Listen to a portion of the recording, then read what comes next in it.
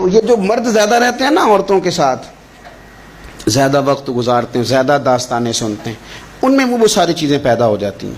آپ نے ناراض نہیں ہونا، میں دعوے سے کہتا ہوں کہ جو جوان اپنی اماں کے اور ابا کے شکوے کرنے لگ جاتا ہے نا، اس نے 1.5 گھنٹہ باتیں سنی ہیں بیوی کی، ایسے مفت میں نہیں شکوے کر رہا، اس نے ہلکا ہلکا کہیں جی بھی کیا ہے، تو تب یہ ساری کہانیوں نے جنم لیا۔ آپ جس کی صحبت میں بیٹھیں گے اس کا کچھ نہ کچھ اثر، بلکہ عارف رومی تو کہتے ہیں کہ شیر کے بچے کو بکریوں میں چھوڑ دو، بکری بن جائے گا۔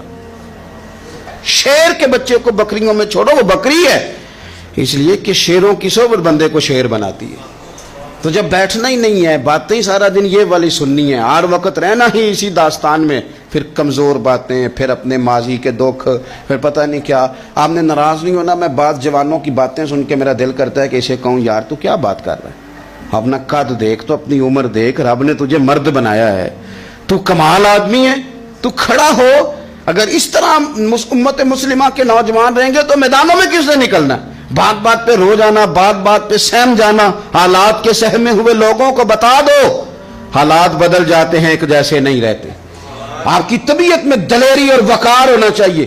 حضرت اسماء بنت ابی بکر صدیق، حضرت صدیق اکبر رضی اللہ تعالی عنہ کی وہ صاحبزادی ہیں جو حضرت عائشہ کی بڑی ہمشیرہ ہیں۔ رات کو غار ثور میں مرد جاتے ڈرتے ہیں، آج بھی ڈرتے ہیں، اور جناب اسماء نبی پاک کی روٹی لے کے جایا کرتی تھی۔ پھر اللہ نے ان کو بیٹا دیا، حضرت عبداللہ بن زبیر، یہ حضور کی پھپھی کے نواسے ہیں۔ حضرت زبیر بن عوام عشرہ مبشرہ صحابی ہیں، ان کے بیٹے ہیں، اور یہ وہ خوش بخت جوان ہے جس کو گٹی نبی پاک نے اپنے لعاب دہن سے عطا فرمائی۔ یزیدی فوجوں کے خلاف امام حسین کے بعد جو آدمی باقاعدہ مرتب فوج کے ساتھ میدان میں آئے وہ حضرت عبداللہ ابن زبیر ہیں، مرتب کر کے اپنا لشکر لے کے نکلے۔ حضرت اسماء بوڑھی ہو گئی تھی، 90 سال عمر تھی، نظر نہیں آتا تھا۔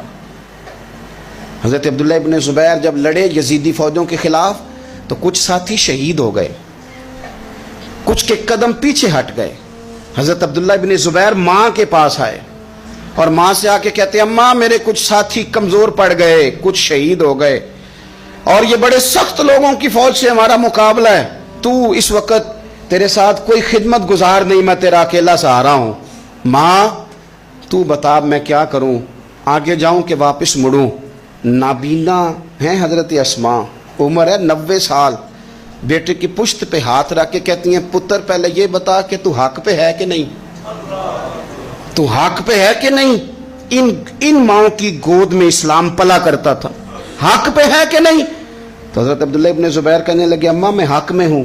تو حضرت اسماء کہنے لگے پتر پھر میدان میں جا، اور میرا پتر ایک میرے ساتھ وعدہ کر، کوئی بھی تیر پشت پہ نہ کھانا، سارے سینے پہ کھا کے آنا۔ حضرت عبداللہ ابن زبیر عرض کرنے لگے اماں یہ بڑے ظالم قسم کے دشمن ہیں، یہ آنکھیں نکال دیتے ہیں، ہونٹ کاٹ دیتے ہیں، جسم کے ٹکڑے ٹکڑے کرتے، تو سہ لے گی؟ کیا جواب ہے، کیا طاقت ہے، کیا ہمت ہے۔ حضرت اسماء فرمانے لگی پتر بکرے کو نہ صرف ذبح ہوتے وقت تکلیف ہوتی ہے، کھال اترتے وقت کوئی تکلیف نہیں ہوتی، جا میرا بیٹا میدان میں۔ حضرت عبداللہ ابن زبیر شہید کر دیے گئے، ان کی لاش مبارک مکہ مکرمہ کے چوک میں جنت المعلیٰ کے پاس لٹکا دی گئی۔